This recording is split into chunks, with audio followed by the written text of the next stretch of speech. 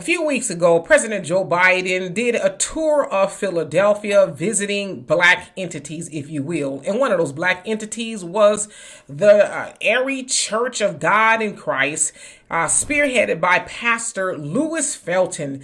And so, Joe Biden spoke. They say he did not use a teleprompter because that's kind of been a criticism, although he did use a speech that was probably typed out or something like that. But nevertheless, the good old pastor got up there and said this. Check it out. In it, Joseph was sold into slavery in Egypt by his jealous brothers, only to eventually obtain a high place in the kingdom of the Pharaoh and have his brothers beg him for assistance without initially recognizing him. Never count Joseph out. And it says, then he referred to the Democrats who have called on Biden to step aside. He added, that's what's going on, Mr. President. People are jealous of you, jealous of your stick-to-itiveness, jealous of your favor, jealous of God's hand upon your life. And it's like, Pastor, if you don't knock it off, nobody's jealous of Joe Biden. The people can see with their own eyes. You're sitting up there doing too much, Pastor.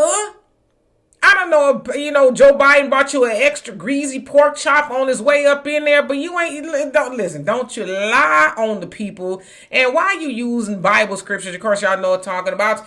Joseph and his, amazing colorful coat, if you will, and that he had jealous brothers and things like that. And of course, later on, he found favor in the kingdom of Pharaoh and with God. And so again, he was making that correlation with Joe Biden. I don't know if Joe Biden owns a Technicolor, dream coat or whatever. That's the play, I know. But anyway, I digress. Knock it off, Pastor. Y'all always be doing the most. When I say y'all, I'm talking about you pastors that's supposed to be minding the church's business. She's not even supposed to be in the state's business, and the state ain't supposed to be in your business. But there you are talking about, and then they said he asked his congregation, said, we need to stay with them. We need to stick together. And it's like, who is this we?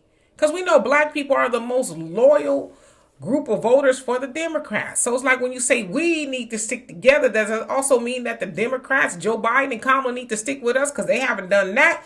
So why is the onus always put on black people to stick with them? Don't abandon them. We can't let go. I can't quit you. Now, I know that came from a movie. I don't know what's going on with me today. But nevertheless, when you say some need to stick together, that means, okay, you stick with me and I'll stick with you. That don't mean that we just climb on to somebody who ain't trying to do that with us. But there he is using the Bible to get black people to vote for more foolishness. It's just foolishness. And for y'all that sat up in that congregation and cheered that on, y'all should have walked up out of there. Y'all should have put up the Baptist finger and walked up out of there. Like, for real. What are you doing? Are we just to a point to where we just like to be duped? Any and everybody can get up in the pulpit and say any and everything to you, and you, yeah. Because a lot of times you ask people who go to church, you say, oh, how was church today? Oh, it was good. Oh, the pastor sure did give a good word. For real. What did he talk about? I don't know, but it sure was good. You don't know?